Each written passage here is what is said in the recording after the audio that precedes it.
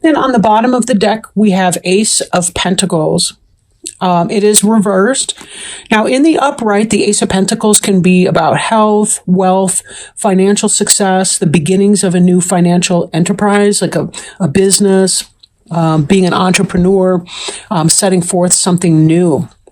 In the reverse, this could be that it's not happening, that there's a delay in that, or that whatever business venture that you were trying to do was not taking off the ground, either at all or as quickly as you wanted it to. We will need to see what the additional cards are having to say in order to get a sense of that. But yeah, let's take a look at those others and see if we can kind of relate those back to the Ace of Pentacles. This card here represents the Emperor. And this idea of, the Emperor he's kind of all four signs in one. Like, this possibly could represent in Aries for you. Definitely he's got the Mars energy going on. But he is the ideal husband, father, person with the kingdom, with the empire for that matter. But he's kind of the king of all the suits combined, in a sense. Like, he's passionate and can manifest. He can do the detail work that the earth signs can do. He's intuitive, kind of goes with his gut, like a water sign, like a cups person would, the king of cups. And he's also the person who is logical, quick-witted. He owns his own business. He's an entrepreneur. He's got it going on. Married, family, that sort of person. Doesn't have to be a male, but it can be. Could be somebody just simply with a masculine or masculine type energy. But this person here is really successful at making things happen. You'll notice that he's wearing a suit of armor, and that's readiness to go into battle, because he knows that it's one thing to pray for peace. It's another thing. Sometimes you have to set your limits and boundaries, and you do have to be willing to back up those boundaries with action. That's not to say that he's a violent person, but it does mean that he knows sometimes you have to be willing to defend what you believe in. Now, this card here is the karma card. So there's a sense of putting forward either good or bad karma and hoping to reap the benefit of that. Sometimes it doesn't always work out that way, though. And when I'm thinking about this Ace of Pentacles, if the Emperor's thinking, I want to create a new business venture, this Ace of Pentacles doesn't necessarily mean that any failure to launch a new business venture or project, it's not necessarily because he's done something wrong and is being punished in a karmic way. It could simply be that it's not in his best interest, or that it's not, the divine timing isn't even right of whatever this event.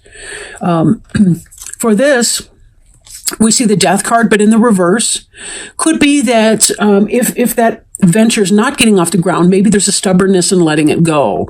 Maybe you don't want to give up on the hope or the idea that whatever your idea will be, that whatever your project is will manifest, right? Be very careful, because when we don't let go of things when they're overripe, they're not healthy for us. And then we find ourselves stuck with things that are no longer beneficial, that could possibly even be toxic to us in some kind of a way. Sometimes death is just part of the journey. And when we recognize that something's not working out, we just have to let it go and move on.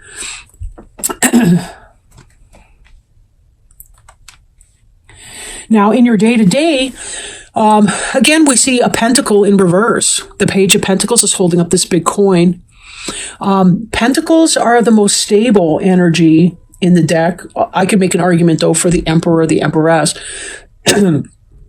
But this is the earth suit. And so, of course, it's very grounded, very stable. The page is about a communication of something to do with health or money. But in the reverse like that, it could be, again, tied to this. Maybe there's some ill health that's going on with you or someone around you. Or it could be that whatever this job offer or business proposition was that you were hoping to get to, not happening. Or it's delayed in happening. Let me put it that way. Right?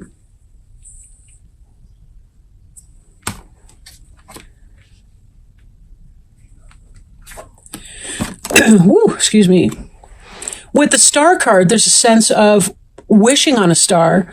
There's a sense of hoping and following divine guidance and being guided in all that you do. Now, the star can represent an Aquarius. I hope it's obvious to you why. But it doesn't have to be. It could simply be, following your star, learning how to follow your essence into something that is really beautiful, something that you can manifest, right? Something that you can manifest. And there's some kind of delay here we see, but in this, it's like you're still hoping, that something will come in. Now, this is about waiting for something that's coming. It's a harvest card, right? Having the faith, even though it seems like there's something going on here, there's a belief and a hope and a faith. You're waiting for these things here to ripen on the vine.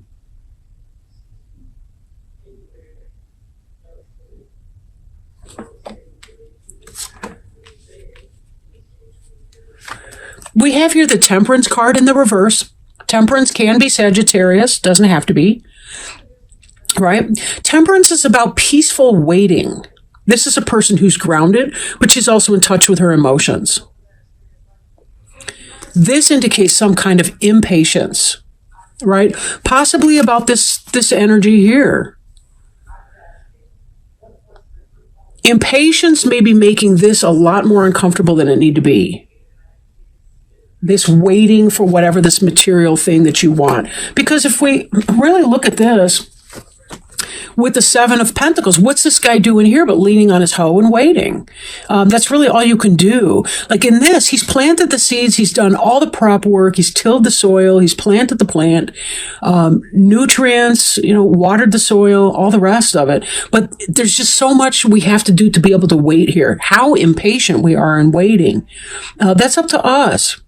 It's up to us.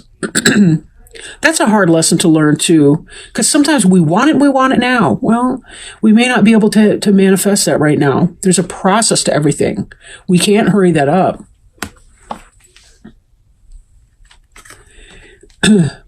This Ace of Wands, in the upright, this is about passion converted into action.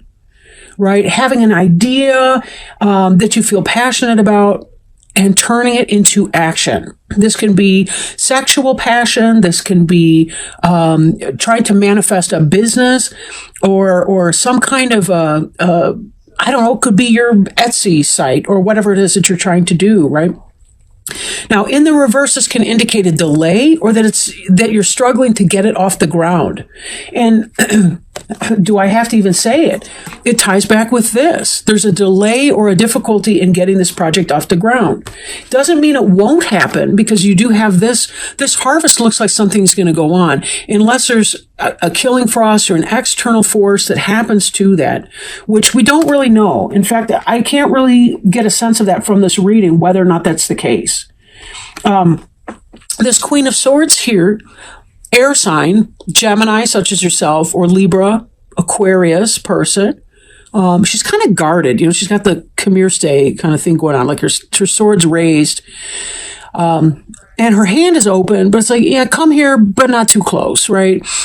She's an intellectual, a very smart, wise, cunning individual. She knows when to cut something out and when to move on with it. So this could be part of it. You're waiting for this to come in, but if it doesn't, you may be willing to just walk away from that. If your project doesn't come to be, you may be able to accept that. If this Queen of Swords is you, If not, could be somebody near you or in your environment, a fellow air sign, somebody like that. But part of knowing when to let go of something and when to hold on and hope for that. There's that kind of sense in there. And this, let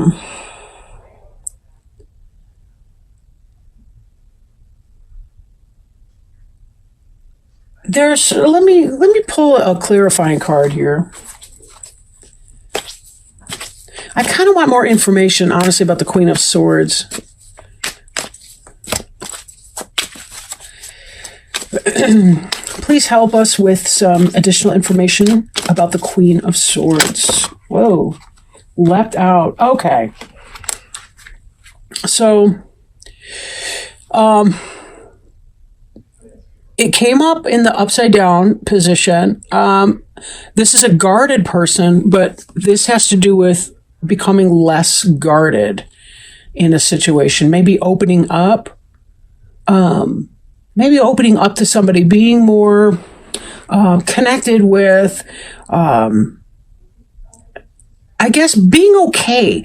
Like with other people's imperfections or failings. Being okay with that. If somebody has a low opinion of me, it's not about me. It's really about them, right? Because even when somebody doesn't like me, it tells me about who they are. They have their filter of experience and so on that they're looking through. And it may not have anything to do with me. You could remind them of somebody who hurt them in some kind of way.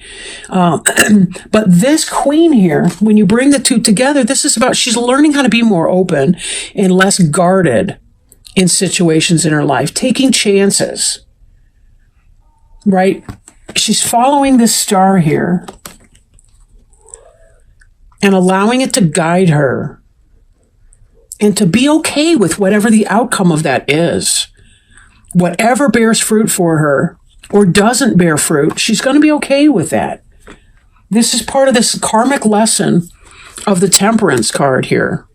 There's a sense of wanting to be okay with life on life's terms and being able to relax into that and not overly stress that. The right step for you is the next step. There's no other step out there that's in the right order that's going to work out for you, except for that. So it's, something really to bear in mind there. You can only do the next step. Now, I am shuffling a card for you. It is from the Sacred Traveler deck. I do want to show you the box because it's really pretty. And my friend just got back from Arizona on vacation and bought this deck for me while there. And how cool is that? Unbeknownst to my friend, this was on my Amazon wish list. But beautiful cards, and I really, really like working with it. Just in the few readings that I've done, it seems to go hand in glove here with the Witch's Tarot deck, which is awesome as far as Oracle support cards.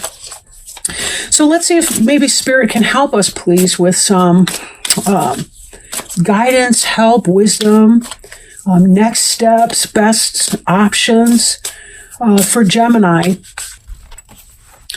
Okay, rejuvenating rain. Clear the past, heal the present. Physical and emotional healing is occurring. There's a cleansing and clearing of old emotional wounds, and even a release of past life limitations is happening.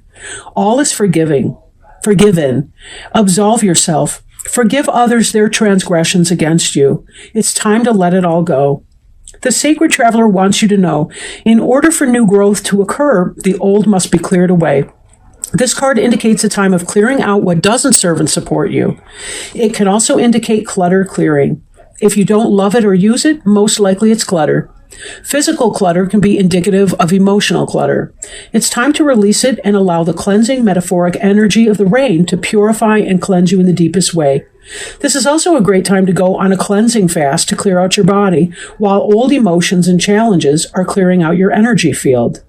Use water for cleansing your energy field. Stand in a cold shower. Swim in the sea. Run in the rain.